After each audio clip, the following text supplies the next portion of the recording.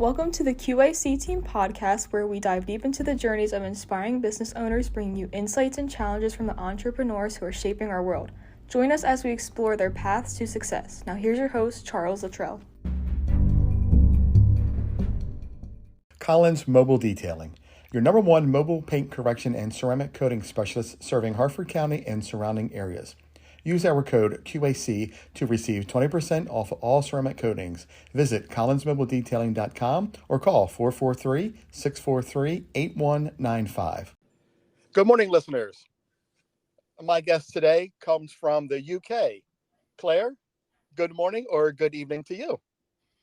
Good afternoon. How are you? I'm doing great. How about yourself? Yeah, brilliant. It's the end of the day, so fantastic. Time to relax. The end of your day and the afternoon of mine. Yeah. Well, thanks for coming on to the Q.A.C. Team podcast. I appreciate this. You're welcome. Thank you for inviting me. Absolutely. Let's go ahead and get started. And our first question, go ahead and tell our audience who you are and what you do. So I am the anger management coach, and I help individuals or businesses to enhance their communication style and to navigate emotions, to become more emotionally resilient, and therefore develop healthier coping strategies, healthier communication styles. And I do one-to-one coaching with the people. I do workshops. I do training, all sorts, really. Mm-hmm. Wow. Yeah, anger management. I think that's a nice skill to have, because so many people, and especially here in the U.S., we deal with anger pretty quickly. We get angry quick. Yeah, it's huge. It's absolutely huge. And I think it's become even more of an issue perhaps since COVID, since we've been able to hide behind a computer screen and become anonymous. That doesn't help. 100% agree. And I say it almost every day of my life. That, wow, people are angry, and I haven't been like this since before COVID. I do kind of blame it on COVID, because we tend to, I think because we isolated ourselves, it became an issue that we don't deal with people very well anymore. Absolutely. And I think, for some people, COVID, it was an awful time. We lost people. Yeah. It was terrible for our mental health. And some people particularly enjoyed it because they didn't have to communicate with people. They could be on their own. So people had different takeaways. But I do honestly believe that it stopped people from knowing how to communicate, because, as you say, they didn't have to anymore. Yeah. And we unfortunately have those that were still in school or in college, or everybody those working from home, right? Absolutely. We just became, I don't know, unforgiving of others, I guess. So what a great segue. So go ahead and tell us, why did you decide to be a business owner? What drove you to want to do this? So my background is, when I was tiny, I always wanted to be a police officer. And I was very, very fortunate that I spent just short of 21 years serving for Lancashire Constabulary, which was my local area policing. And I loved it. It was all I ever wanted to do. And cool. Unfortunately, I was medically retired. I injured my back. And so that was the end of that. And I went off and I retrained as eventually as a behaviour change facilitator for a domestic abuse charity. Nice. And I started working with male perpetrators of abuse. And it's important to acknowledge that it isn't just men who can be abusive in domestic relationships, but the funding was just for men. So I was working with them, and obviously my policing background made that, I just felt that was my missing jigsaw piece. That was where I was meant to be. So I trained myself up. I went and got coaching and training, and I became an NLP practitioner and an NLP coach and an MBIT coach, and just started to think, you know what, there's more to working for somebody else here. I actually want to kind of burst out of being employed, and I want to do that for myself. So I took the step and thought, you know what, I am going to go and do it for myself. If I don't do it now, I never will. So yeah, that was it. 3 months ago, I stepped out of the comfort of a full-time job, and here I am. And there you are. Self-employed, yeah. Yeah. And, that's a little good segue into our next question is, why did you choose this industry? I know you came from police and then, Yeah. I think it was almost like a natural progression, really.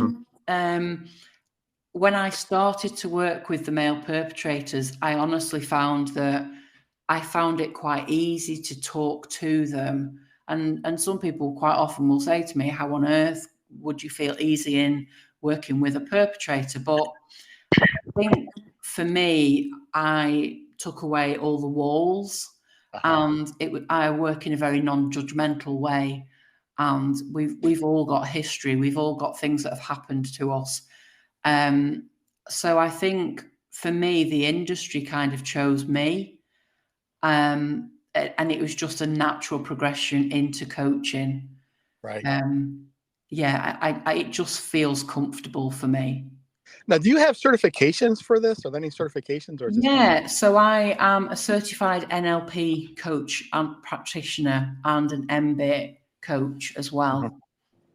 Very cool. That's awesome. Thank you. Yeah. And you've been doing this now for 3 months? Yeah, so self-employed. So I've been an NLP practitioner and coach for a year now. But I opened my business in about October. Great. So this is new. It's very, very new. Yeah, it's scarily new. And yeah, full-time self-employed since April. So yeah, still a little bit wet behind the ears. Yeah. So do you coach? I guess you do. What do you do? In person, video, over the phone? Do you do all coaching, or is it all one-on-one in person? So a lot of it is online because, again, like we mentioned earlier, since COVID, a lot of people prefer that. Right. And it also means that it doesn't matter where that person is in the world, I can coach them. And a lot of my clients have been in America. Wow. Yeah. We have a lot of problems in America. Well, you said it, Chuck, not me. I want to be the first to say it. I'll beat you to it. America has problems. We're glad to be your clients. Well, I'm glad you're my client as well. But it does mean that I can coach people who are all over, and I think that's amazing. Absolutely. But I do workshops and training in person. A lot of my coaching is one-to-one, but again, I can do group coaching. I'm happy to do all sorts, really. And I'm quite new in the business in that I can do that.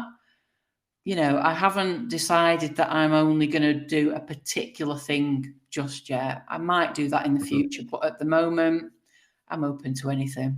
Yeah. Now, do you have courses created where people can buy your courses, or is it all just strictly you doing the thing? So I can pretty much bespoke everything, really. I'm at that stage. So I do have a webinar that I'm delivering throughout July, and that's only an hour and a half. And I guess it's just an introduction into anger and why we are angry. But yeah, I can bespoke things to businesses, to corporations, and to individuals if they want a certain thing or they're struggling with particular emotions, because that's what anger is. It's an emotion. Yeah. And I kind of at some point kicked myself and thought, oh, you shouldn't have called yourself an anger management coach. But it is just an emotion. And I think I don't want people to be put off by that. Yeah. And, I was just talking to a friend about this not too long ago, Mhm. that I struggled with road rage. Oh, yeah, And so many people do. yeah, and I've learned to, I've learned how to deal with it and control it. But I Mhm. saw a video of an MMA fighter, and he talked about it. And he was like, it's 5 seconds that you run into somebody, you're probably never going to see them again. Yeah. So why do you let them destroy your life? And ever since I watched that video, I just, it doesn't bother me. I don't, people do what they do, and I Brilliant. just keep moving. Yeah, You know, absolutely. They are not worth it.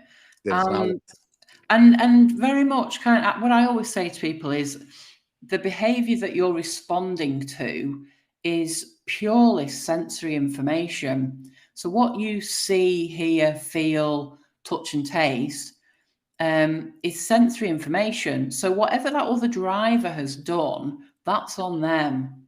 Yeah, But your response is very much owned by you. yeah, And absolutely. people will quite often say, yeah, but they did this and they did that. But hang on a minute now, you're very much responsible for your reaction. That's absolutely correct. Yep. You can Yeah, only control what you can control. absolutely. And Exactly. those afterthoughts are exactly that. They're afterthoughts. It's too late then. It's too late, right? Why worry about it now? It's too late. It's done, right? Yeah, Exactly. absolutely. Yep. Yep. So, since you're new at this, only been 3 months, Hmm. tell us some of the challenges that you faced creating this, and tell us about the process. It's still an ongoing process, and um, as I said, I don't have a business background, so Hmm. that is my biggest challenge. Is kind of before I know that I can just walk into a room and facilitate whatever's going on in there, whereas now I've got to actually have somebody behind the scenes putting those other people in the room and getting me the work, etc. Yeah. Now that's on me. I've got to do that. I've got to go and find the connections and find people like yourself to do podcasts with and to promote myself. Hmm. For me, it's very much the business side of it is what I really find challenging. Hmm. And that takes up perhaps, well, probably about 80% of my time is building that business at the moment. Yeah. We're all in that together, as small business owners and entrepreneurs. I struggle with the same thing, and that's why I do what I do. I love helping people. I love, promoting people and helping them really get the word out about who they are and what they do. And that's why I do what I do, And that's so lovely. And, Thank you. the networking as well. I was out networking yesterday and everybody just gets behind you. And I Yeah. love that.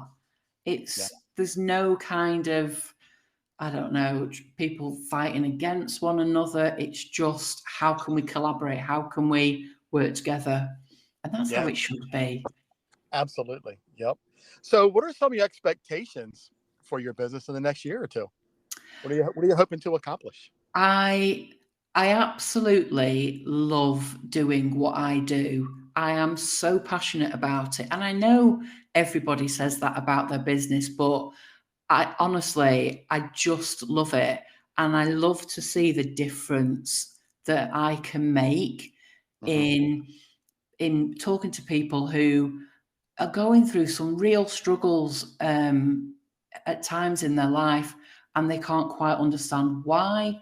And, within 5 sessions, I've changed that around, or they've changed that around, should I say. And so to see that, I love it. So I want for my business to be able to see more of that. I Right. want to have more clients coming towards me who are ready to take that change for themselves, Right. because that's what it's all about. Is I'm a behavior change facilitator, but I can't help people change until they're ready to change. Yeah. It's all skill versus will thing, right? I mean, I talk about that all Yeah, the time. If you're not willing to do it, it's never you going to got the happen. skill, but are you willing to do it? And it's not going to happen if you don't want to do it, Yeah, right? yeah. Absolutely. So for me, it would be to have more visibility in my business, for more people to know about me and to see me and just to be out there so that, and that's it, I guess, so that more people know about me and therefore could feel connected and more willing to step forward. Right. What a great segue to my next question is, so how do we reach out to you? How do we contact you? So you can find me on Facebook, so Clare Bradley.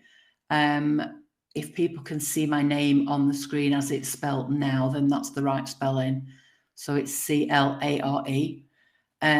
You can catch me on my website is angermanagementcoach.co.uk.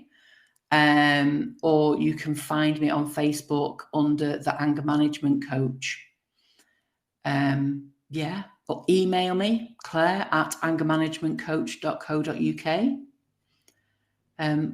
Loads of different ways. That's awesome. Thank you so much. Appreciate that. Thank you. So, in wrapping up here, what's one thought you want to leave our audience today with? My thought is that everything is possible. If you want it, it is possible. Yeah, key, right? How bad do you want it, right? Absolutely. Yeah. I struggle with time. Time is my enemy right now. Yeah, and mine. I need more time to get going. I don't get going until it's time to finish, and then I'm like ready to go. Oh, man. Oh, Clare, thank you so much for coming on and sharing your story with us. I really enjoyed listening to your conversation. It's a great interview. Thank you so much, Chuck. I've thoroughly enjoyed it. Absolutely. And I hope you have a great rest of your evening, and we'll talk soon. Thank you. Have a lovely day. Thanks. You too as well. Take care.